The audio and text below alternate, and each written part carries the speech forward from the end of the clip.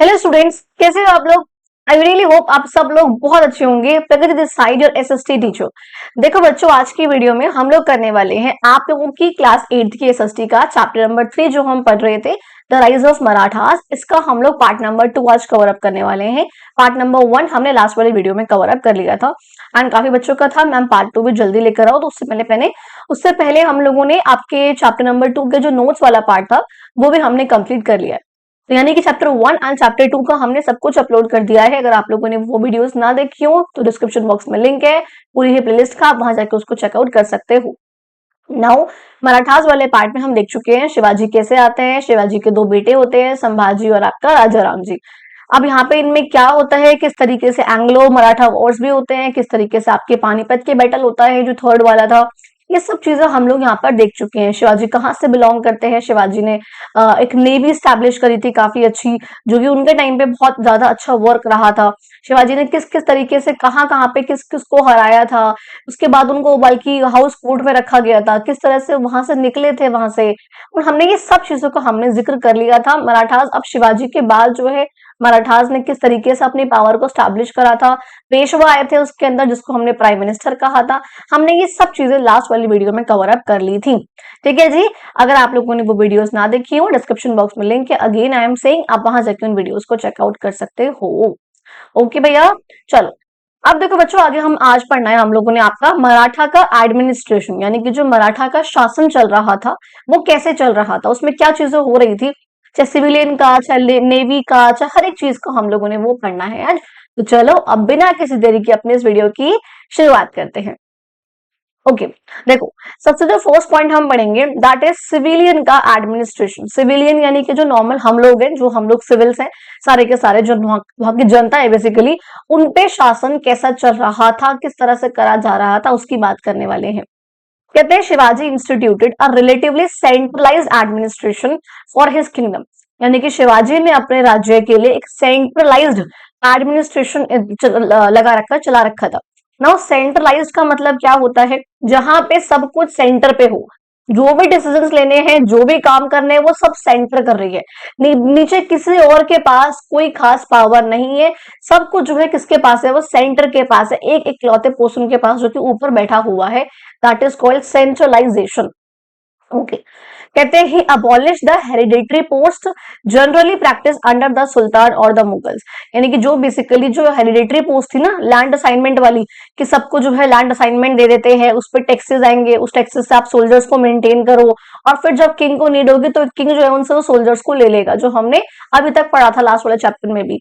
ना इसने ऐसा नहीं करा, शिवाजी ने, इन्होंने ऐसा नहीं करा, बल्कि इन्होंने जो ये हेरिडेटरी पोस्ट थी इसको अबॉलिश कर दिया, इसको हटा दिया। भाई मैं ऐसा कुछ भी नहीं करूंगा, लैंड असाइनमेंट जो थे मैं ऐसा कुछ भी नहीं दूंगा, मैं ऐसा हमारे यहाँ कुछ नहीं होगा। बल्कि उसने क्या करा, सारे जो भी गवर्नमेंट के ऑफिशियल था जो कि मेरे अंडर काम कर रहे हैं, मैं उन्हें खुद स्टेट की ट्रेजरी में से जो है पैसा निकाल के दूंगा एज अ सैलरी। यानी कि तुमको कोई सोल्जर्स मेंटेन नहीं करने हैं, वो काम मेरा है। मैं तुमको कोई लैंड ग्रांट नहीं दूंगा, वो काम मेरा है। तुम कुछ नहीं करोगे, सब कुछ मैं करूँ, क्योंकि वो सेंट्रलाइज्ड सिस्टम था इनके यहाँ पर। कहते हैं मेनी ऑफिशियल्स वर पीरियोडिकली ट्रांसफर्ड एज वेल, कहते हैं कई ऑफिशियल्स को उन्होंने, ऑलमोस्ट सारे ऑफिशियल्स को पीरियोडिकली एक पर्टिकुलर टाइम के बाद ट्रांसफर भी करते थे। अब मैंने यहाँ पे लिखा है बहुत इंपॉर्टेंट है, इंपॉर्टेंट क्यों आगे समझो अभी। Ensuring that they would not have enough power to dictate terms to the king. हमने पढ़ा था कि पहले के टाइम पर भी क्या होता था कि जो भी रीजनल पावर्स होती थी, जो रीजनल हम गवर्नर्स वगैरह बनाते थे किंग अपने अंडर यहाँ पे काम करने के लिए, वो जो है बाद में इतने काम कहूंगे इतने पावरफुल हो जाते थे कि वो अपनी पावर बल्कि एजर्ट करते थे किंग पर, कि अब तुम हटो, तुम जो है वीक हो गए, मैं आऊंगा तुम्हारी जगह पर। अच्छा, इस चीज से बचने के लिए शिवाजी ने क्या किया था, उन्होंने पीरियोडिकली एक पर्टिकुलर टाइम के बाद इनको ट्रांसफर ही कर देती थी। वो उनको लग रहा है कि भाई अगर ये इससे पहले ये पावरफुल हो अपने एरिया में, मैं इसको हाँ ट्रांसफर करूं, अब किसी और को बुलाऊं। तो सोचो कितने ज्यादा इंटेलिजेंट, कितने वाइज, कितने ज्यादा स्ट्रेटेजिकली काम करने वाले थे आपके शिवाजी हमारे। अच्छा, कहते हैं Shivaji also gave pension to widows of soldiers. Now देखो ये लोगों की, क्योंकि हमने बात करी है सिविलियन के साथ, नॉर्मल लोगों के साथ क्या क्या करा जा रहा है, क्या अच्छे काम हो रहे हैं, क्या उनका वेलफेयर करा जा रहा है, किस तरह शासन कर रहे हैं उनपे, हमने उसकी बात करनी थी। तो मैंने कहा कि जो इवन जो ऐसे सोल्जर्स हैं जो बैटल्स में लड़ाई हो रही है, फॉर सपोज देश की, आपके एरिया की, मराठास की किसी के साथ, तो उसमें जो हार गए हैं, उसमें जो इवन मर गए हैं, जिनकी डेथ हो गई है, ऐसे सोल्जर्स की वाइफ जो विडो हो चुकी है ऑब्वियसली, उनको जो है कुछ ना कुछ पैसे देना, पेंशन देना, वो जो है कि काम शिवाजी करते थे। कहते हैं even offering military post to their son. Now अब जो उनका बेटा है, उनके बेटे को मिलिट्री पोस्ट तक देना, वाइफ को पैसा देना एज पेंशन, एज कॉम्पनसेशन, जो भी आप समझ सकते हो उसको, क्योंकि उनके जो हस्बैंड थे उनकी बैटल में डेथ हो गई, ऐसे उनके बेटे को भी मिलिट्री पोस्ट देना, दस डेमोन्स्ट्रेटिंग। ये चीज क्या दिखाता है हमें? डेमोन्स्ट्रेटिंग का मतलब होता है दिखाना। क्या दर्शाता है ये हमें? कि जो है शिवाजी काफी केयर करते थे सोल्जर्स की और उनकी फैमिलीज की। नाउ देखो यहाँ पर ये शिवाजी के दो कॉइन्स हैं, यहाँ पर ये आगे आगे पहली तरफ और दूसरी तरफ, मतलब एक तरफ क्या क्या चीजें मेंशन होती थी इसके अंदर, जो दिखाते हैं उनकी सोवरनिटी को, कि वो सोवरन थे, उन्हें अपने डिसीजन लेने के लिए किसी से पूछने की जरूरत नहीं थी, अपना काम वो अपने अकॉर्डिंग करते थे। देखो यहाँ पे लिखा हुआ है श्री राजा शिव और यहाँ है छत्रपति, तो ये चीज यहाँ पे मेंशन कर रखी है उनके कॉइन्स पे, ये इंस्क्राइब था बेसिकली। कहते हैं थिंक अबाउट इट में, यहाँ बेसिकली यहाँ पे कहा जा रहा है कुछ सिंपल से चीजें ये कर रहा है यहाँ पर। कहते हैं शिवाजी ने कुछ इंस्ट्रक्शन वगैरह इशू करे थे अपने ऑफिशियल्स को कि भैया जो भी उनके सब्जेक्ट्स हैं, जो उनके अंडर यहाँ पर है, जो उनकी प्रजा है बेसिकली, तुम उनको फोर्सफुली उनसे कोई भी काम नहीं कराओगे, उनपे कोई दबाव नहीं डालोगे, कोई उनके साथ बुरा व्यवहार नहीं करोगे, एक घास का टुकड़ा भी अगर उनके पास नहीं है तो तुम उनसे नहीं लोगे जबरदस्ती। That was the point. आप यहाँ पे देखो सिंपल से उन्होंने बता रखा था कि बड़े बड़े पेड़ों से लकड़ी लेना है, अगर तुमको, अगर नेवी की जरूरत है तो वो तुम लो, ठीक है, लेकिन उसके लिए कटिंग पेड़ों को काटने की परमिशन जो है वो तुमको यहाँ पहले लेनी पड़ेगी, ऐसा बता रहे हैं। जो दूसरे यहाँ पर ट्रीज है, चाहे मैंगो है, चाहे जैक फ्रूट वगैरह है, वो भी यहाँ पे यूजफुल है, तो लेकिन तुम उसको टच नहीं करोगे। बेसिकली उन्होंने क्या करा, एनवायरमेंट को आगे रखा और कहा कि अगर इस वाले पेड़ को काटना, लकड़ी चाहिए नेवी के लिए, परमिशन लो और ले लो बेशक से, लेकिन अगर फॉर सपोज तुम कहो मैंगो की हमें जरूरत है या उसके पेड़ की जरूरत है, जैक फ्रूट की जरूरत है, तो बेशक नीड है, लेकिन तुम उसको काटोगे नहीं। क्यों नहीं काटोगे? बिकॉज ऐसे जो पेड़ होते हैं उनको बहुत ज्यादा साल लगते हैं ग्रो होने में, और यहाँ पे जो भी लोग रह रहे हैं वो सब बहुत हेल्प करते हैं, बहुत मेहनत करते हैं इनका ध्यान रखने में। तो अगर तुम इन्हें काट दोगे तो ऑब्वियसली बात है इनका दुख जो है, जो इनका सौरव है, वो कभी भी खत्म नहीं होगा। इसलिए ऐसा कुछ मत। देखो यहाँ बहुत अच्छी लाइन लिखी है शिवाजी ने, बहुत अच्छा लाइन कहा था बेसिकली उन्होंने, if you complete something bye operating others, अगर तुम अपना कोई काम पूरा कर रहे हो, तुम कोई चीज कंप्लीट कर रहे हो दूसरों को ऑपरेस करके, दूसरों को दबा कर, इट पेरिशेस सून, तो वो जो है वो चीज तुम्हारे पास जल्दी से टिकेगी नहीं, तो बहुत जल्दी खत्म हो जाएगी, तुम्हारे आज सच काम नहीं आ पाएगी अलॉन्ग विद द ऑपरेसर। और ऑपरेसर तो भैया वो भी बहुत जल्दी खत्म हो जाएगा, मतलब जो ये नुकसान कर रहा है वो भी लॉन्ग टर्म तक जी नहीं पाएगा फिर। That there is harm in the absence of such trees as well, अगर ये ट्रीज नहीं होंगे तो ऑब्वियसली बात है हमें और नुकसान होगा, तो इसीलिए ऐसे के सर्कमस्टांसेस के लिए हम फोर्स ना ही करें तो बेटर होगा। नाउ देखो नेक्स्ट पॉइंट आपका इंपॉर्टेंट है, आपसे एग्जाम में पूछ सकते हैं कि अष्टप्रधान मंडल में कौन कौन लोग थे, या बेसिकली आखिर अष्टप्रधान मंडल था क्या। कहते हैं शिवाजी का एक अष्टप्रधान मंडल था, बेसिकली काउंसिल थी 8 मिनिस्टर्स की, जो कि उनको हेल्प करती थी, उनको असिस्ट करती थी शासन करने में। नाउ देखो इसके अंदर कौन कौन था। पहले प्रधान यानी कि प्राइम मिनिस्टर, यहाँ पे सचिव है लैंड रेवेन्यू के मिनिस्टर हैं ये। न्यायाधीश है, न्याय आ गया तो जस्टिस का काम कर रहे हैं। पंडित राव है, पंडित जी है तो रिलीजियस काम करेंगे ये। सेनापति है तो पता है तो कमांडर इन चीफ है ऑब्वियसली। समंत जी हैं तो ये बाहर का जो भी यहाँ पर काम हो रहा है फॉरेन अफेयर्स का उसको देखेंगे। मंत्री है यहाँ पे तो इंटेलिजेंस मिनिस्टर है, बहुत दिमागदार इंसान है। अमात्य है तो वो आपके फाइनेंस मिनिस्टर हैं, और ये सब कौन है? आपके छत्रपति सोवरन किंग के अंडर यहाँ पर, उनके साथ साथ जो है काउंसिल है उनकी, उनमें जो है हेल्प करने के लिए है। ठीक है जी, ओके। अब देखो यहाँ पर ये बहुत इंपॉर्टेंट है, आपसे एग्जाम में कई बार पूछते हैं what is Chauth and what is sardeshmukhi, you should know about these taxes.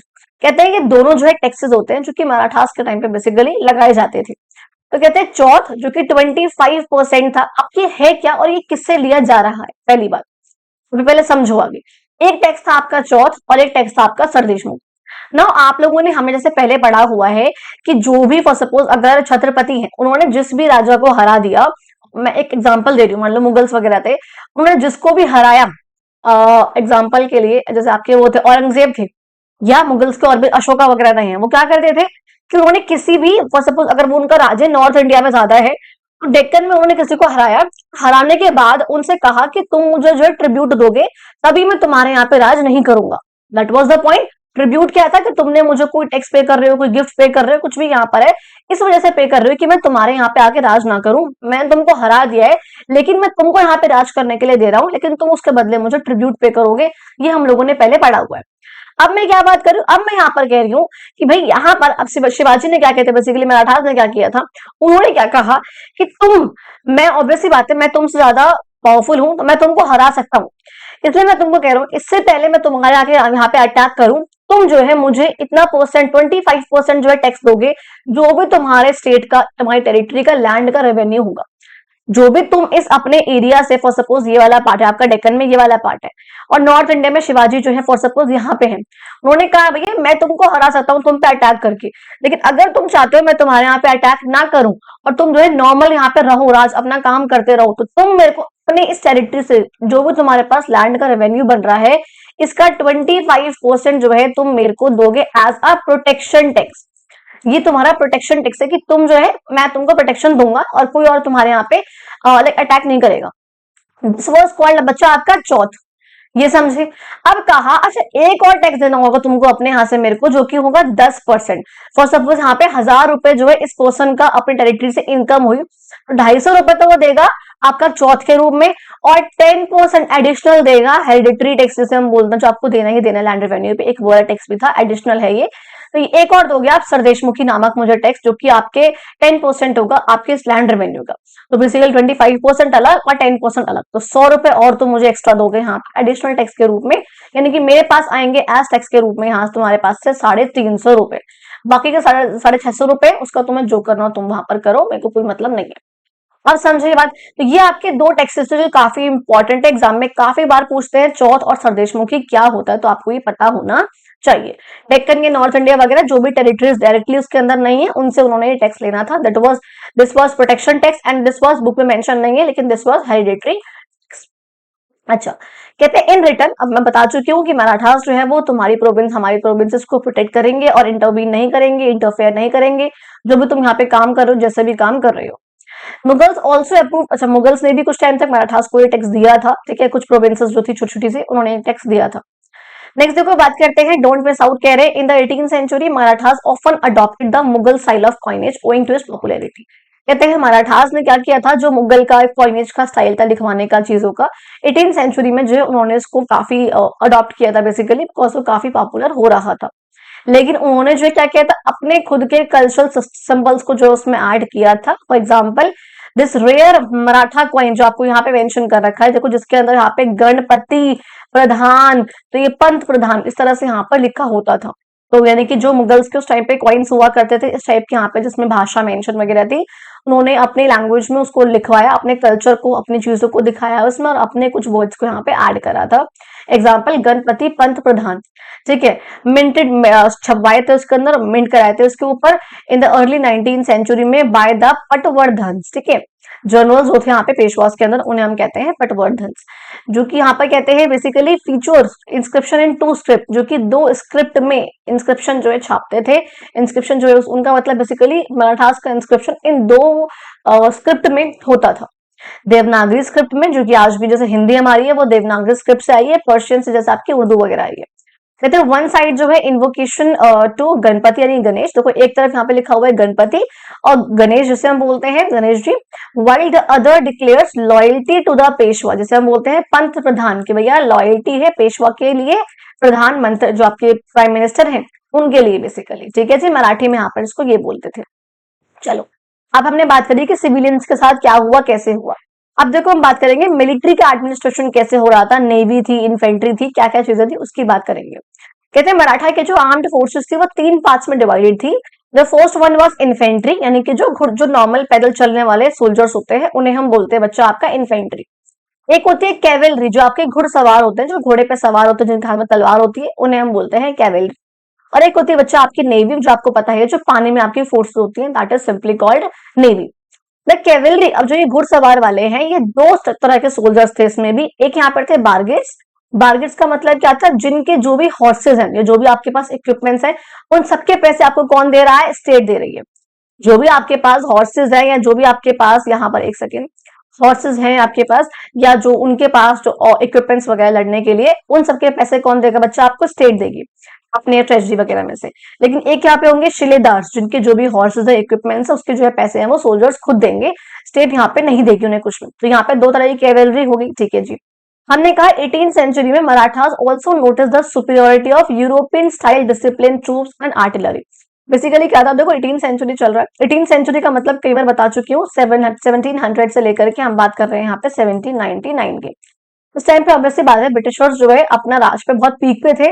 Battle of यहाँ पर बक्सर हुआ था, उससे पहले बैटल यहाँ पे जो बैटल्स वगैरह यहाँ पर चल रहे थे, प्लासी वगैरह का भी हो गया था। अच्छा, मैंने बोला कि अब 18th सेंचुरी इस टाइम की बात कर रही हूँ, तो मराठास ने ये देखा कि इस टाइम पे यूरोप के स्टाइल की, मतलब जो बेसिकली यूरोपियन स्टाइल है, उनके ट्रूप्स, जो उनकी आर्मी है, उनकी आर्टिलरी है, गन बारूद, गन पाउडर वगैरह जो इक्विपमेंट्स वगैरह वो सब यूज कर रहे हैं, उन सबका स्टाइल बहुत चल रहा है। उन्होंने भी क्या किया था, मतलब इस टाइप के ट्रूप्स को रेस करना, ऐसी आर्टिलरी का यूज करना, ये सब शुरुआत करा था। खास करके महाजे शिंदे जो रहे थे, उन्होंने तो एक बहुत बड़ी काफी कोशिश करी थी, बनाई भी थी actually, European style army maintain करने की, जहाँ पे उनके जैसा डिसिप्लिन होगा, उनकी जैसी आर्मी होगी, उनकी जैसी मिलिट्री होगी। उन्होंने काफी कोशिश करा था, उन्होंने करा भी था ऐसा। कहते हैं स्वॉर्ड्स और लेंसेस, लांसेस वगैरह। स्वॉर्ड्स का मतलब जो आपके स्वॉर्ड्स तलवार वगैरह होती है, और लांसेस का मतलब होता है जैसे फेंक के मारते हैं ना, बहुत तेज लगता है, उसको बोलते हैं लांसेस। ये जो है काफी अच्छे, मतलब मराठास के बेसिकली प्रेफर्ड वेपन्स हुआ करते थे, जो कि वो लोग यूज करते थे। However, they also use guns in sizable numbers. Basically मतलब खूब अच्छे खासे नंबर्स में ये लोग गन वगैरह का भी इस्तेमाल करते थे। रॉकेट्स भी यहाँ पर यूज करे जाते थे मिलिट्री कैंपेन्स में from the days of Shivaji himself, कि शिवाजी के दिनों से ही यहाँ पे कहते हैं कि रॉकेट वगैरह भी यहाँ पर यूज करे जाते थे, वो भी यहाँ पर उनका भी चलन था यहाँ पर basically. And by 1770 metal tube rocket होते हैं, जैसे गोल गोल सा होता है वो, दिखाऊं क्या आप लोगों को, रुको मैं दिखाती हूँ, जस्ट सेकेंड।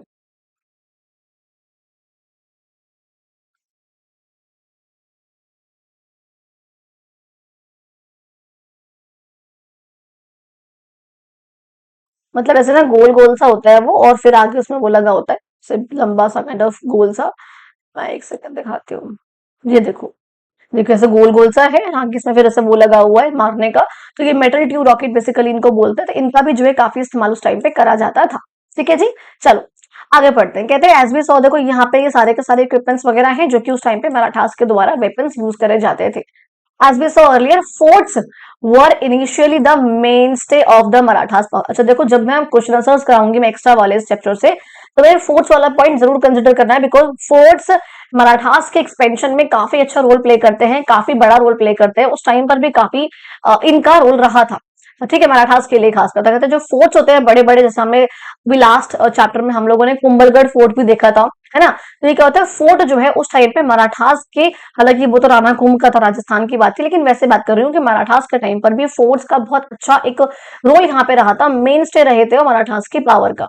कहते हैं शिवाजी ने यहाँ पर कंट्रोल करा था और बिल्ड करे थे बहुत सारे फोर्ट्स यहाँ पर, as they were essential to strategically control important routes, क्योंकि वो बहुत जरूरी थे कि जो भी यहाँ पर इंपॉर्टेंट रूट्स हैं उन सब पे कंट्रोल करने के लिए, एंड शेल्टर द आर्मी, और आर्मी को शरण देने के लिए, अगर वो गुरिल्ला वॉरफेयर में एंगेज हो रखी है तो। And what is guerrilla warfare, कि जब भी यहाँ पर हम छुपकर फॉरेस्ट में छुपकर जब अटैक करते हैं किसी तीन लोगों पर, ऑफिशियल्स वगैरह पर, तो उन्हें हम बोलते हैं यहाँ पर गुरिल्ला वॉरफेयर। तो कहते हैं मराठास ने इन पर यहाँ पर मुगल्स के लिए, मुगल्स के अगेंस्ट हम मान सकते हैं इस चीज को, कि मुगल्स भी यहाँ पे अटैक करें उनके एरिया पर। जैसे पहले हम लोगों ने देखा है अहोम्स के टाइम पे, हम लोगों ने देखा लास्ट चैप्टर में, कि उन लोगों ने क्या किया था कि छुपकर जो है वॉर किया था, छुपकर जो लड़ाई करी थी, अपने टेरेन का, अपनी भूमि का, अपने लैंड के बारे में जान, उसकी नॉलेज रखते हुए, उसका यूज करते हुए बेसिकली। ठीक है जी, तो हम लोग उसी की बात कर रहे हैं कि फोर्ट्स वगैरह जो इसलिए काफी इंपॉर्टेंट उस टाइम पे हुआ करते थे। यहाँ पर देखो एक सिंपल सा एक मैं कहूंगी फैक्चुअल डाटा यहाँ पे दे रखा है। रामचंद्र पंत अमात्य, जो कि यहाँ पे फाइनेंस मिनिस्टर, तो ऑब्वियसली बात है अमात्य है तो फाइनेंस मिनिस्टर है, ये उनका यहाँ पे नाम दे रखा है। उन्होंने एक रॉयल एडिक्ट छपवाया था। एडिक्ट क्या होता है, एडिक्ट का मतलब होता है बच्चा आप स्टेटमेंट इशू कराना बेसिकली। अशोका ने स्टेटमेंट बहुत दी थी, ठीक है। चैप्टर, अच्छा नहीं आपका नहीं है, क्लास 7th में। देखा मैं क्लास की तरह से करती हूँ, यहाँ पे क्लास 7th एंड वहां पर 9th, मैं कंफ्यूज रहती हूँ। चलो, कहते हैं अपना एक वर्क लिखा था, बेसिकली उन्हें एक एडिक्ट था उनका, वो स्टेटमेंट थी जिसमें उन्होंने अध्ययन पत्र के बारे में काफी कुछ लिखवाया था, तो वहां पे बात करते हैं उसकी। देखो नेक्स्ट यहाँ बात कर रही हूँ मैं फॉर कुछ फोर्ट्स का यहाँ पर डिस्कस करा गया है। Forts are the core of the state, कि मतलब बेसिकली फोर्ट जो है वो कोर था स्टेट का, एक बहुत मेन स्टे था, मेन फोकस था उनका। अगर वो नहीं होते, land gets devastated in the face of an invasion, कि अगर यहाँ पे कोई इन्वेजन हो रहा है, कोई बाहर की टेरिटरी यहाँ पे आके अटैक कर रही है, मतलब पूरी की पूरी भूमि है वो चली जाती, हमारे हाथ से वो खराब हो जाती, नष्ट हो जाती। देयरफॉर जो भी यहाँ पर फॉर्मर किंग्स रहे हैं, जो इससे पहले वाले किंग रहे हैं, उन्होंने सिक्योर द कंट्री, अपनी कंट्री की रक्षा करी है फोर्ट्स वगैरह ही बनवाकर। तो फोर्ट होना मराठा एक किंगडम पे, ठीक है, ये जो है बहुत इंपॉर्टेंट हो गया था। ये जो किंगडम था मराठा वाला, it was created by the late great master Shivaji from forts alone. कहते हैं सिर्फ और सिर्फ फोर्ट से ही, फोर्ट को स्टैब्लिश करा के, फोर्ट्स में रहकर, फोर्ट्स का ध्यान रख के, फोर्ट्स को मेंटेन करके इन्होंने एक बहुत अच्छा जो है मराठा किंगडम शिवाजी ने स्टैब्लिश करा था अकेले ने।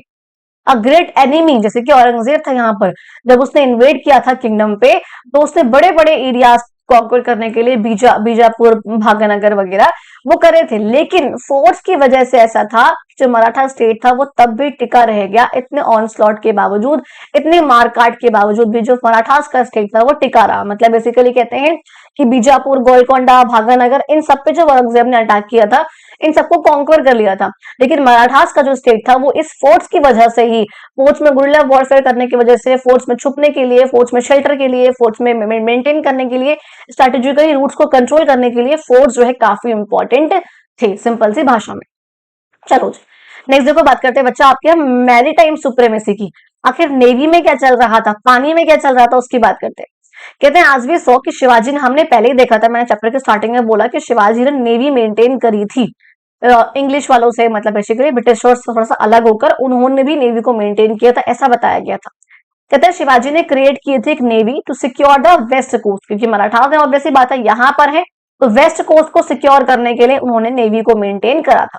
अच्छा जी, कहते हैं इन 18th सेंचुरी में Kanhoji Angre guided the Marathas to victory in many naval battles. पता है इसका पे स्टोरी है, आगे बढ़ोगे देखो। कहते हैं जो आपके कन्नौजी एंग्रे थे, उन्होंने मराठास की तरफ है वो, उन्होंने जो है काफी गाइड करा मराठास को कि किस तरीके से वो जो भी यहाँ पे नेवी में बैटल्स हो रहे हैं, जो फोर्सेस जो है पानी में खड़ी हैं, वो लड़ रही हैं, वो कैसे जो है जीत सकती हैं, thanks to clever use of geography and battle tactics. अब इसका श्रेय किसको जाता है, अच्छे तरीके से। अच्छा पता है जो पहले के वॉर वगैरह हुए ना, अगर आपने उसमें अपने लैंड का, अपने ज्योग्राफी का, अपने टैलेंट का सही तरीके से इस्तेमाल कर लिया ना अगर, तो आप वैसे ही वॉर जीत जाओगे, ऐसा माना जाता था।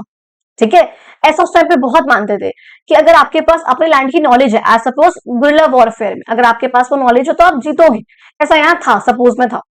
कहते हैं इसलिए यहाँ पर अपने अपने ज्योग्राफी का अच्छे से इस्तेमाल करना, बैटल में टैक्टिक्स लगाना, दिमाग लगाना, स्ट्रेटेजिकली उसका यूज करना, ये सब यहाँ पे चीजें करना काफी जरूरी था। अगर आपने वो करा है तो बढ़िया बात होने वाली है। Despite the Maratha ships not being technological advance as the Europeans one. Basically यहाँ पे सिंपली क्या कहना चाह रहे हैं कि कन्नौजी जो एंग्रे थे, उन्होंने मराठास को नेवी के बैटल्स में जितवाने में बहुत हेल्प करी थी, ज्योग्राफी का और अपनी बैटल की टैक्टिक्स का, स्ट्रैटेजीज का इस्तेमाल करके। इसके बावजूद कि उनके पास जो नेवी थी, बेसिकली जो शिप वगैरह थी, वो यूरोपियन के कंपेयर में इतनी टेक्नोलॉजी एडवांस नहीं थी उनकी, लेकिन तब भी वो कई सारे नेवी के बैटल्स जीते थे, ऐसा यहाँ पर बताया गया।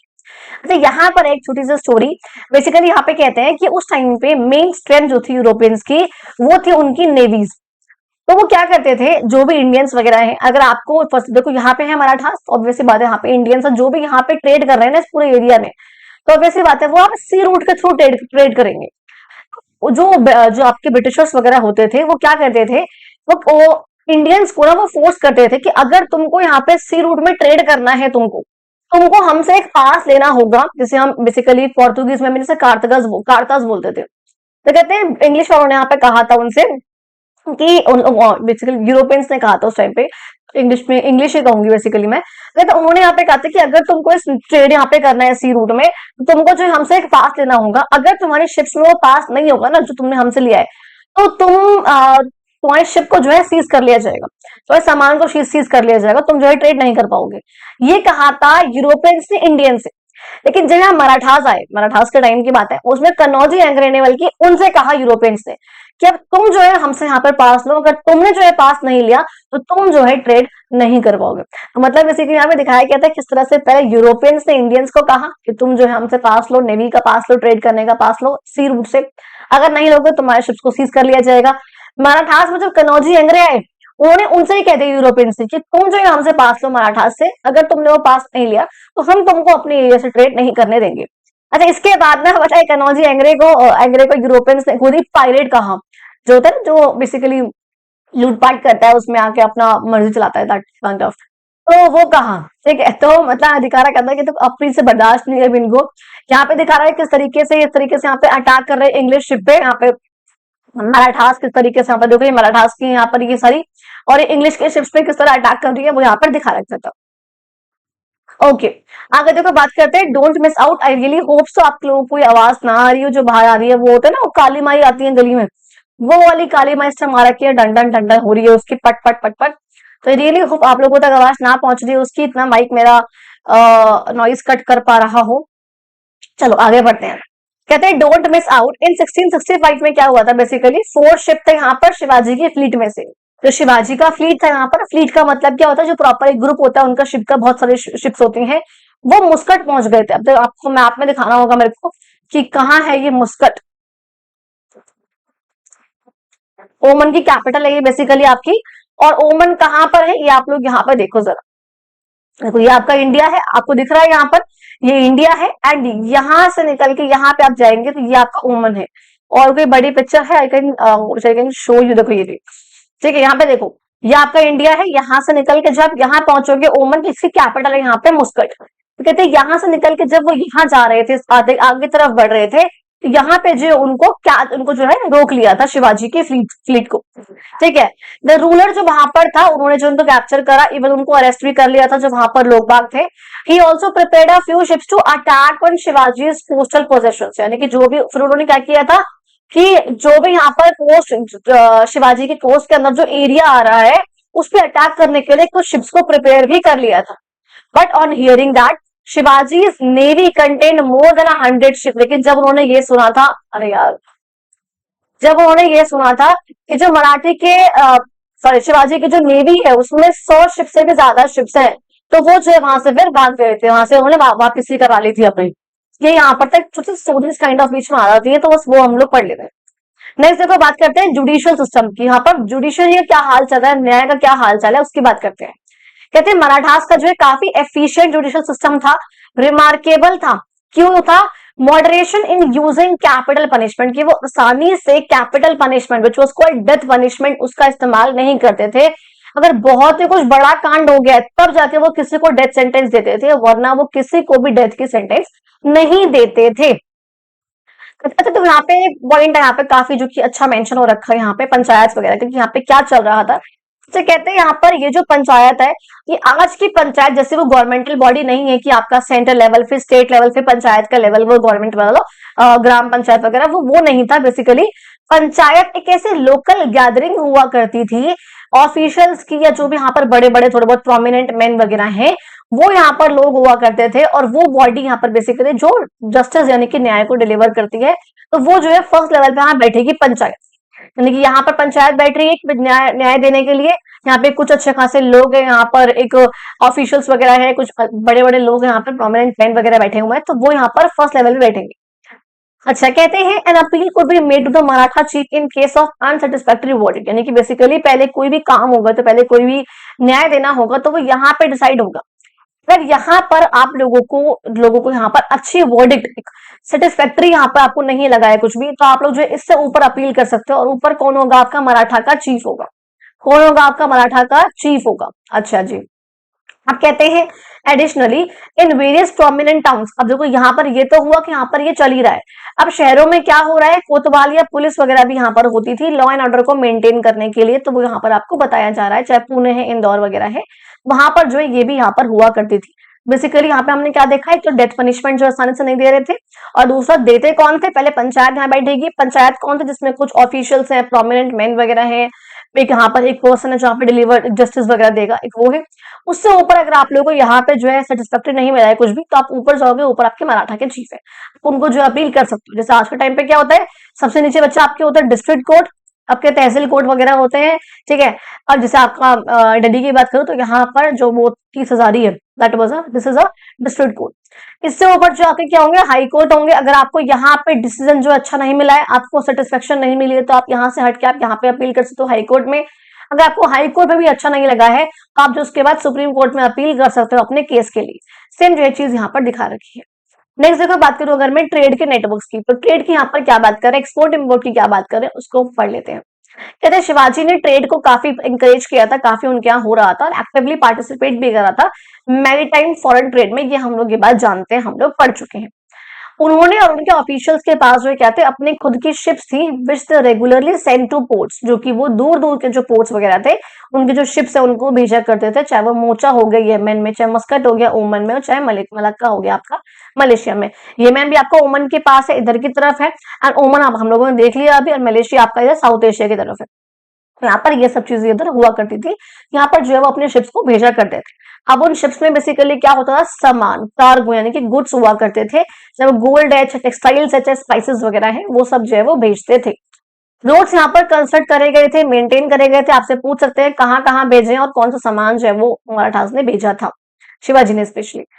ऐसे जगह जहां पर जैसे आप मतलब उड़ीसा है 18 सेंचुरी में, वहां पे बहुत सारे यहाँ पर फेरीज, फेरीज का मतलब क्या होता है, ऐसी शिप जिसमें कार्गो है या गुड्स है बेसिकली, या लोग हैं यहाँ पर, उनको हम बोलते हैं फेरीज। तो वो उनको जो है मैरीटाइम ट्रांसपोर्ट के लिए, रिवर में ट्रांसपोर्ट के लिए, उनको जो है शिप्स वगैरह में उनका जो एक नेटवर्क, अच्छा खासा ट्रेड जो है ग्रुप जो है बेसिकली नेटवर्क उनका मेंटेन करा जाता था। ब्रिजेस भी यहाँ पर बनवाए गए थे नदियों पे, छोटी छोटी स्मॉल स्ट्रीम्स वगैरह है, छोटी नदियां हैं स्ट्रीम्स है, उन पर भी जो है ब्रिजेस को बनवाया गया था। चलो नेक्स्ट देखो बात करती हूँ मैं, कल्चर का रिवाइवल किस तरह शिवाजी ने करा था, उसको हम लोग जरा सा पढ़ लेते हैं। The Marathas contributed substantially to India's cultural development, कि मराठास ने जो इंडिया में कल्चर की डेवलपमेंट हो रही है उसमें काफी अच्छा जो है कॉन्ट्रीब्यूट करा था। शिवाजी की जो विजन थी, हमने स्टार्टिंग में पढ़ा था, स्वराज्य वाली, खुद का राज खुद करने वाली, is evident in his seal, जो उनकी सील हुआ करती थी। सील क्या थी बेसिकली, फॉर सपोज कोई एनवलप है, उस पर छाप दिया ना उन्होंने, उसको बंद करने के लिए सील लगा दी, उस पर जो छपा होता था basically that was called seal. तो वो जो है उस पर, सॉरी, उस पर जो है साफ साफ दिखता था उनका एक विजन जो था स्वराज्य का, जिसमें संस्कृत में इंस्क्रिप्शन लिखा हुआ था, बेसिकली कुछ बातें यहाँ पे लिखा हुआ था। वो अ notable departure from the prevalent portion seal, जो कि आज जो उस टाइम पे पोर्शन की सील थी उससे काफी जो है अलग चीजें जो है वो हुआ करती थी। This seal authority of Shivaji, वहां पर वो दिखाता था, अथॉरिटी यहाँ पर दिखा रही थी वो जो शाहजी के बेटे थे उनका, waxing the new moon revered by the world reigns for the welfare of the people. Basically वो क्या कर रहे थे, लोगों के वेलफेयर के लिए उन्होंने राज किया था। एक देश को, एक वर्ल्ड को अलग जगह पर, अलग स्थान पे लेके जाने के लिए उन्होंने ये किया था। ये देखो यहाँ पे है शिवाजी की सील यहाँ पे दिखा रखी है। कहते हैं शिवाजी ऑल्सो कमिश्नर ट्रेटाइज कॉल्ड राज्य व्यवहार कोश, बेसिकली उन्होंने बनाया था, एक स्टेटमेंट वगैरह दी थी उन्होंने, ऑफिशियली यहाँ पर कुछ बातें यहाँ पर कही थी। बेसिकली राज्य के व्यवहार का कोश था ये बेसिकली, जहाँ पे दिखा रखा था कि वो किस तरीके से अपने मराठी की लैंग्वेज को प्रमोट कर रहे थे, राज्य में व्यवहार, वो व्यवहार कैसा कर रहे थे उस चीज को दिखाता था ये, जो कि मराठी लैंग्वेज को काफी प्रमोट करता था।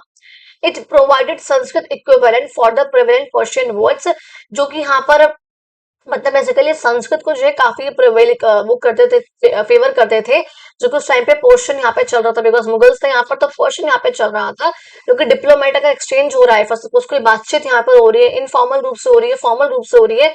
उस टाइम पे जो उस टाइम भाषा थी वो पोर्शन थी, तो उसको जो है उससे रिप्लेस करना, उसका जो है काफी अच्छे काम करते थे। और धीरे धीरे करके इवन ये हुआ था कि जो इसका परसेंटेज था इन फॉरेन लोन वर्ड्स का, कि जो यहाँ पर जो वर्ड्स इस्तेमाल करे जा रहे थे उस लैंग्वेज के, अब मुझे बहुत यूज होना बहुत कम हो गए थे, ऐसी यहाँ पर बात करी गई थी। मराठा की डिप्लोमेसी में वो काफी जो रिड्यूस हो गया था उस टाइम पे। ओके कहते हैं Shivaji was a devout Hindu who respected other religions by upholding his own. कहते हैं शिवाजी जो है बिल्कुल एक हिंदू इंसान थे, बिल्कुल अच्छे बढ़िया वाले, जो कि इवन दूसरे रिलीजन्स के भी रिस्पेक्ट करते थे, लेकिन अपने वाले पे स्पेशल होल्ड कर। ठीक है जी। अच्छा देखो ये उनका फ्लैग, आप लोगों से पूछ सकते हैं कौन से कलर का फ्लैग था उनका, तो ऑब्वियस सी बात है मराठास का द फ्लैग वाज द आपका सैफरन कलर फ्लैग। ठीक है, ऑरेंज वाला जो आपका सैफरन कलर होता है उसका जो है फ्लैग था, जो कि मराठास ने अडॉप्ट कर रखा था। इवन उन्होंने कुछ डिस्क्रेडिटेड टेम्पल्स, जो आपके डैमेज टेम्पल है, जो नष्ट हो गए हैं या उनको खराब कर दिया गया था, उन सबको जो है उन्होंने दोबारा से बनवाया था। और पर्शियन लैंग्वेज को हमने यहाँ पे देखा था कम करा उन्होंने, पर्शियन लैंग्वेज को जो यहाँ पर डिप्लोमैट्स यहाँ पर यूज कर रहे हैं, एक्सपोर्ट इंपोर्ट करते हुए जिस भाषा का इस्तेमाल कर रहे हैं उसको जो है रिड्यूस करते हुए उन्होंने संस्कृत को और मराठी की लिटरेचर को, लैंग्वेज को जो है काफी प्रमोट किया था, रिलीजियस इंस्टीट्यूशन को प्रमोट करा, टेम्पल्स को बनवा के दोबारा से, और अपने ट्रेडिशनल आर्ट्स को, जो देश की आर्ट्स है, आर्ट एंड लिटरेचर, ये सब चीजें उनको जो है काफी प्रमोट किया था। Sorry, but perhaps he contributed most to the revival of ancient Indian culture. Basically उन्होंने जो काफी रिवाइव करा था जो पुराना आपका इंडिया का कल्चर था, वैल्यूज थी, लोगों को ये दिखाकर कि कैसा एम्पायर, एक बहुत बड़ा एम्पायर जो है हम लोग खुद बना सकते हैं, जिसमें हम बाहरी के लोग जो उसके अंदर ना हो, अपना एम्पायर जैसे मराठास का एम्पायर हम खुद जो है बना सकते हैं, और बाहर के एम्पायर्स को हम हरा सकते हैं एज मुगल्स। ठीक है जी। नेक्स्ट देखो बात करूंगी आपका माइटी मराठा वुमेन। यहाँ पे हम दो मराठा वुमेन के बारे में पढ़ेंगे। एक हम पढ़ेंगे आपके ताराबाई, जो कि राजा राम की, राजा राम कौन थे आपके, जो एक जैसे शिवाजी है, शिवाजी के दो बेटे थे, एक आपके संभाजी और एक आपके थे उनके राजा राम। तो राजा राम की जो वाइफ थी basically she was known as Tarabai, and वो काफी अच्छी रूलर रही थी, इवन फाइटर रही थी वो। एंड दूसरी आपकी थी अहिल्याबाई होलकर। इन दो के बारे में हम जरा पढ़ते हैं। कहते ताराबाई जो है फियरलेस, बिल्कुल निडर मराठा की वॉरियर क्वीन थी, जिन्होंने अर्ली 18 सेंचुरी में यहाँ पे राज करा था, जब उनके हस्बैंड राजा राम की डेथ हो गई थी। Realising that the presence of Aurangzeb and the Mughal army in Deccan, जब उन्होंने ये देखा था कि मुगल आर्मी और औरंगजेब सब जो डेक्कन में ही है, तो जो नॉर्थ वाला पार्ट है, नॉर्थ इंडिया वाला पार्ट है, वो काफी अनप्रोटेक्टेड है। तो उन्होंने जो क्या करा था, बड़ी सी मराठा की आर्मीज को जो है भेज दिया था उन वाली नॉर्थ में मुगल की टेरिटरीज को इन्वेड करने के लिए। बेसिकली हम कह सकते हैं कि मराठास की एक्सपेंशन नॉर्थ में करना, उनकी उनकी आर्किटेक्ट जो है बेसिकली उसकी नींव रखने वाली जो है कौन थी आपकी, ये ताराबाई ही थी। ठीक है जी। हर सेंस ऑफ मिलिट्री स्ट्रैटेजी, जो उनका मिलिट्री स्ट्रैटेजी था, जो उनका टेक्निक यूज करने का तरीका था, उनका दिमाग था, यहाँ पर वो मराठास मुगल के एम्पायर काफी, मुगल वालों को काफी भारी पड़ा था। और उन्होंने मराठास के इंडिपेंडेंस को एक बहुत क्रिटिकल पीरियड में, जब उनके हस्बैंड भी नहीं है, उसको मराठास को इंडिपेंडेंस रखने में ताराबाई ने काफी हेल्प करी थी। जहाँ पे दिखाया जा रहा है कि जब यहाँ पर लड़ रही है, तो यहाँ पर उनका एक पेंटिंग यहाँ पर दिखाई गई। नेक्स्ट देखो बात करूंगी आपकी मैं अहिल्या बाई होलकर की, जो कि एक सियोन थी। बेसिकली होलकर डायनेस्टी काफी इंपॉर्टेंट पर्सनालिटी रही थी। कहते हैं चीफ फैमिलीज में से ये थी instrumental for the Maratha expansion in north India. Marathas का एक्सपेंशन नॉर्थ इंडिया में करना जो है काफी इनके हाथ में था, इन्होंने किया था इस चीज को। This dynasty ruled a kingdom of considerable extent in central India. इन्होंने क्या करा था, बेसिकली इनका जो राज यहाँ पे रहा था, रूल्ड अ किंगडम में, यहाँ पे सेंट्रल इंडिया वाले पार्ट में, जो आपका मध्य प्रदेश वाला पार्ट है, छत्तीसगढ़ वाला पार्ट है, वहां पे अपने डायनेस्टी को, अपने वंश को, अपने ये उसको जो है रखना का इनके हाथ में था, वो उन्होंने करा था। जो कि आज का इंदौर वाला पार्ट है, टोल्ड मध्य प्रदेश वाला पार्ट है, मध्य प्रदेश की कैपिटल है ना बेसिकली आपका इंदौर। अच्छा, कहते even after losing her husband and son, अपने अपने हस्बैंड को, अपने बेटे को खोने के बाद भी उन्होंने ब्रेवली 30 साल तक जो है राज करा था अपने स्टेट में, इस इंदौर वाले पार्ट में, administrating it wisely five caring for the common people, बहुत ध्यान से, बहुत अच्छे से वहां पे शासन करते हुए, इवन कॉमन लोगों की यहाँ पर हेल्प करते हुए, उनका ध्यान रखते हुए। अहिल्या बाई जो है बहुत डिवोट पर्सन थी, अच्छे खासी इंसान थी, बहुत श्रद्धालु काइंड ऑफ भी थी वो, जिन्होंने क्या किया था, बहुत सारे टेम्पल्स को बनवाया था, कुछ टेम्पल को रिस्टोर करवाया था, घाट्स को, वेल्स को, इवन पूरे के पूरे इंडिया में जो एरिया उनके अंदर नहीं भी था, केदारनाथ से लेकर रामेश्वरम तक, तो यहाँ पर जो भी उनको लगा कि यहाँ पे डिवोट, यहाँ पे इसको डैमेज हो रखा है, खराब हो रखा है, इसको रिस्टोर करने की जरूरत है, उन्होंने इसको जो है किया था। मोस्ट फेमसली कहते हैं उन्होंने जो काशी विश्वनाथ टेम्पल था उसको दोबारा बनाया था, जाके वाराणसी में था, जो कि औरंगजेब ने डिस्ट्रॉय कर दिया था। अच्छा, मुगल्स के पास और कोई काम भी नहीं था, वो अपने मस्जिद जो है बनवाते थे और अब हमारे टेम्पल्स को जो है डिस्ट्रॉय कर देते थे। फिर जो हमारे रूलर्स होते थे, जो हमारे इंडिया के रूलर्स होते थे, जो बेसिकली मैं कहूँ हिंदू वगैरह होते थे, तो वो लोग जो है क्या करते थे, अपने टेम्पल्स को दोबारा से बनवाते थे। सोमनाथ टेम्पल जो गुजरात में काफी इंपॉर्टेंट है, उसको भी जो कि महमूद जो अफगानिस्तान से आया था उसने खराब कर दिया था, तो उन्होंने उसको बनवाया था। तो अहिल्या बाई होलकर को जो है बेसिकली प्रमोट कर दिखाते हैं, उनको बताते हैं कि वो जो है, उन्होंने जो महेश्वर की इंडस्ट्री थी आपकी, वीविंग इंडस्ट्री जो बुनने का काम करती है, उसको भी जो है प्रमोट करने में काफी हेल्प करा था मध्य प्रदेश में, जिससे हमने ट्रेडिशनल जो पुराना चलता आ रहा हैंडलूम का, अपने हाथों की कारीगरी का जो क्राफ्ट था, जो आज भी चल रहा है, उसको जो है प्रमोट करने में स्टार्टिंग में आपका अहिल्या बाई होलकर का हाथ था, ऐसा बताया गया। यहाँ पे कुछ नहीं, यहाँ पर दिखा रखा है क्यूरेसिव फॉर्म है, यहाँ पर बेसिकली कर्सिव फॉर्म है देवनागरी स्क्रिप्ट की, जो कि मराठास ने यहाँ पर इस्तेमाल करी थी। नेक्स्ट देखो बात करती हूँ मैं शिवाजी के जो एग्जाम्पल यहाँ पर रहे हैं, continue to inspire his successors, उनके सक्सेसर्स को ये चीज काफी इंस्पायर करती है। एग्जाम्पल के लिए जैसे आपके भोसले थे नागपुर के, आपको ये पता है भोसले कौन है, जिस क्लैन से, जिस ग्रुप से आपके मराठास आते हैं, उन्हें हम बोलते हैं भोसले। अब वो जो नागपुर के थे आपके, वो काफी एंथुसियास्टिक थे, काफी इंटरेस्ट वाले थे, सपोर्टर्स थे वो, यानी कि बहुत ध्यान से, बहुत इंटरेस्ट के साथ ये जो लोग हैं, ये लोग भी आपके शिवाजी से इंस्पायर होकर अपने लोकल कल्चर को, अपने ट्रेडिशन को जो है प्रमोट करते थे, उसको जो है एनकरेज करते थे, उसको जो है सपोर्ट करते थे। और इवन जगन्नाथ जी हैं जो पुरी में है, उड़ीसा में है, उनकी जो है पूजा करते थे। ये चीज उनको जो है ट्रेडिशन, उनको जो है बेसिकली फॉलो कर रहे थे इंस्पायर होकर शिवाजी से, which was often interrupted during the Mughal rule. Obviously बात है, मुगल्स के तो बहुत दिक्कत होती थी वैसे भी, जब भी यहाँ पर हिंदुओं को कोई काम हो रहा तो अपनी टांग जो है उनको घुसेड़नी ही हुआ करती थी। अपनी जो है मैं कहूंगी, मतलब क्या ही बोलूं इसके आगे, ठीक है, बेफालतू मतलब कुछ विवाद हो इससे पहले लेट मी जस्ट, ठीक है, ओके। मतलब देखो, कोई वो वाली बात नहीं है कि आए हम, मतलब मैं यहाँ पे डिस्क्रिमिनेशन कर रही हूँ हिंदू और मुस्लिम में। आज की हिंदू मुस्लिम की बात नहीं कर रही हूँ मैं, बात कर रही हूँ उस टाइम की हिंदू मुस्लिम की बात, कि वो जो है बहुत पहले से चलता आ रहा है। तो औरंगजेब ने क्या करा या उन लोगों ने क्या करा, तो उसका जिक्र यहाँ पर होता है, तो मेरे मुंह से कहीं ना कहीं स्लिप हो जाता है कि हाँ क्या चीजें हुई हैं और इन लोगों ने क्या करा है। बिकॉज लास्ट एनसीईआरटी में जो आप लोगों की ओल्ड वाली थी, हमने उस बारे में, हमने उसमें ना इन सब का बैड पर्सपेक्टिव नहीं पढ़ा है, जो हम इस वाली एनसीईआरटी में हम लोग पढ़ रहे हैं। तो एक अलग चीज हमें देखने को मिलती है, तो हो जाता है यार, ठीक है, विवाद मत करना इस बात पे। But perhaps the most impressive contribution जो रहा है वो कुछ मराठा वुमेन का रहा है, जो कि हम लोगों ने ऊपर भी देख लिया। अब देखो, हम दो यहाँ बात करेंगे उन फोकस में, एक थंजावुर की, एक आगे हम बात करेंगे। कहते हैं यहाँ पर, वो हमने ऊपर देख लिया। अब देखो यहाँ पर हम बात करेंगे थंजावुर वगैरह की, और आगे आपका उसकी मेन जो बात करने, छोटा सा कंक्लूजन काइंड ऑफ, हम उसकी बात कर लेंगे। कहते हैं let us turn southward to witness another example of cultural contribution. अब देखो एक बार और आते हैं जरा, और किसने जो है कल्चर में कंट्रीब्यूट करा था उसकी यहाँ पर बात करते हैं। एकोजी, जो कि हाफ ब्रदर था शिवाजी के। अब ये हाफ ब्रदर क्या होता है भैया, शिवाजी के फादर का नाम क्या था, शाहजी, शाहजी था। शाहजी की जो वाइफ थी, मतलब बेसिकली शिवाजी की जो मदर थी वो थी जीजाबाई। अच्छा, एक और उनकी वाइफ थी, अब मुझे उनका नाम नहीं याद आ रहा है। उन वाइफ से जो बेटे हो रखे थे उनका नाम था यहाँ पर एकुज, ठीक है जी। तो ये तुकाबाई, यस तुकाबाई, और ताराबाई तुकाबाई, ये उनकी जो है दूसरी वाइफ थी। दूसरी वाइफ से जो उनके बेटे थे उनका नाम था एकोज, इसलिए हमने उनको हाफ ब्रदर बोला है।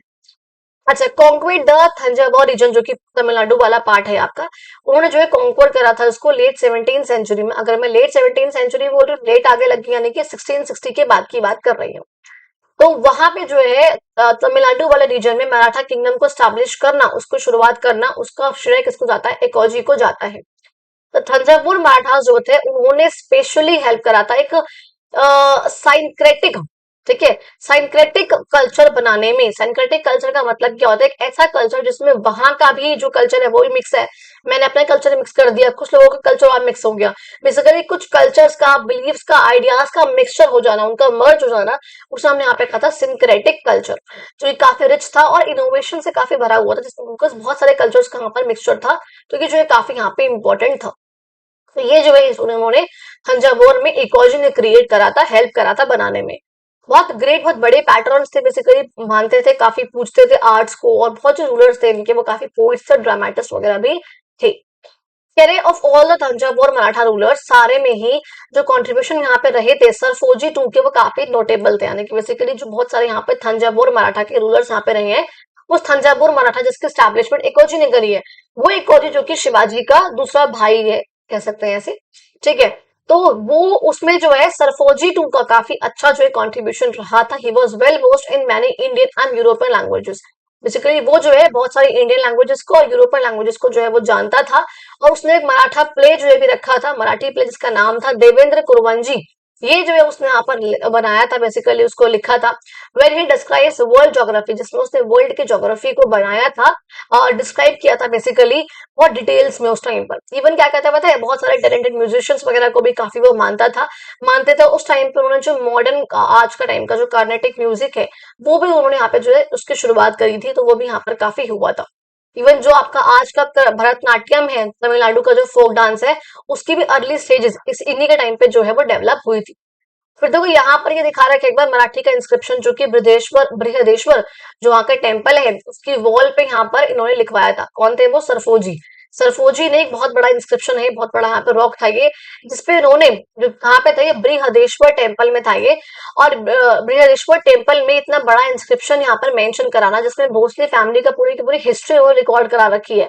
ये काफी जो है नोटेबल माना जाता है, वो उन्होंने किया था। कहते हैं और मेडिसिन में काफी इंटरेस्टेड थे वो, तो उन्होंने धनवंतरी महल बनाया था, एक ऐसा मेडिसिन का सेंटर जो कि फ्री ट्रीटमेंट देता है।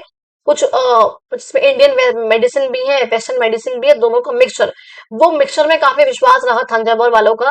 उन्होंने जो है धनवंतरी महल भी इसके लिए बनाया था। इवन कहते हैं प्रिंटिंग प्रेस भी उन्होंने जो स्टैब्लिश कराई थी, जो कि उस टाइम की इंडिया काफी सबसे पहले यहाँ पर रूलर रहे थे ऐसा कुछ कराने के लिए। ऑफर की बता चुकी हूँ मैं ऑलरेडी। थंजावुर में जो आपका बृहदेश्वर टेम्पल है, इसमें एक रॉक एडिक्ट बनवाना, कुछ मतलब बेसिकली स्टैब्लिश करना इंस्क्रिप्शन को, जिसमें उन्होंने भोसले फैमिली की पूरी हिस्ट्री को रिकॉर्ड कर दिया था।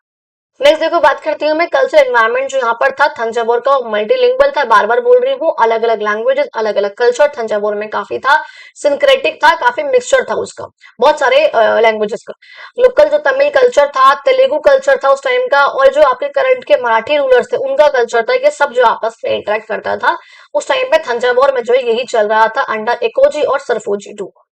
लास्ट देखो बात करते हैं बच्चा आपका मराठा की लेगेसी क्या रही, क्या वो हमको देकर गए।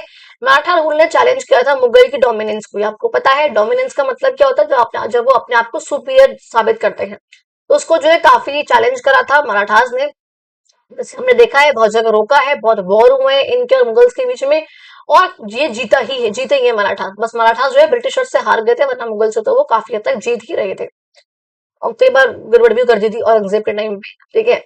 अरे established the largest Indian empire before the British took over the subcontinent। इससे पहले ब्रिटिशर्स आए सब कॉन्टिनेंट में यहाँ पे राज करने के लिए, उससे पहले मराठास ने जो है एक बहुत बड़ा एम्पायर जो इंडिया का यहाँ पे स्टैब्लिश करा था, controlling much of the central and northern India वाला पार्ट को, जिसमें वो सेंट्रल और नदर्न इंडिया वाले पार्ट को काफी अच्छे से उन्होंने कॉन्कर भी करा, उन पर जो है राज करा था इन्होंने ब्रिटिशर्स ने।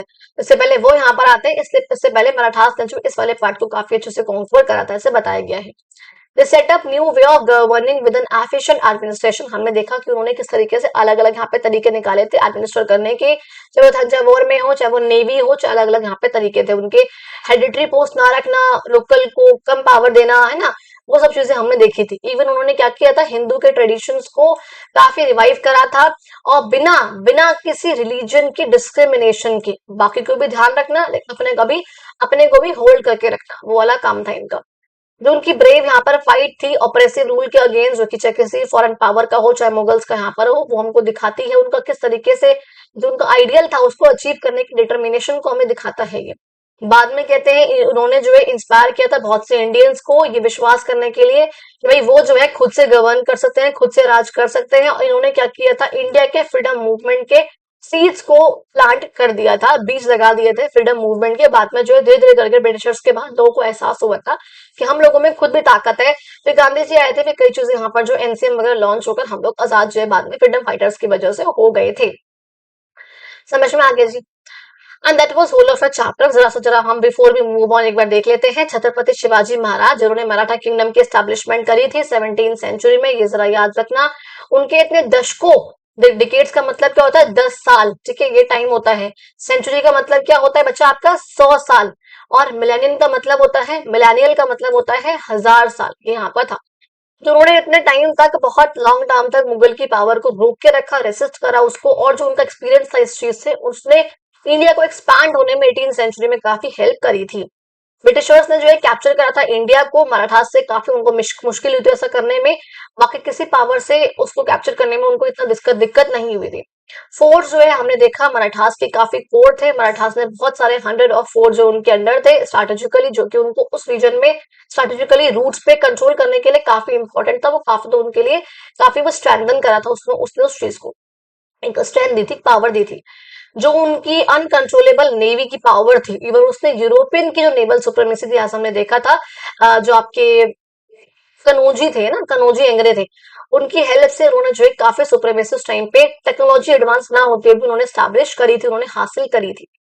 मराठास ने कल्चरल कॉन्फिडेंस को भी काफी स्टैब्लिश करा था, इंस्पायर करा था बाद में आने वाले लोगों को भी। थंजावुर में काफी चीजें हुई थी जहां पे उन्होंने कल्चरल रिवाइवल किया था और इनोवेशन को काफी किया।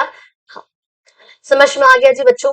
And that was whole of your chapter, and आज हम लोगों ने आपका चैप्टर नंबर 3 भी कंप्लीट कर लिया है। नेक्स्ट वीडियो में हम लोग उसके क्वेश्चन आंसर्स करेंगे, उससे पहले जरा मैं थोड़ा सा क्लास 7 वालों को भी देख लूं, वहां पे बच्चों के बहुत कमेंट्स आ रहे हैं, तो बहुत सारी वीडियोस में कई बार बहुत मैसेज हो जाता है।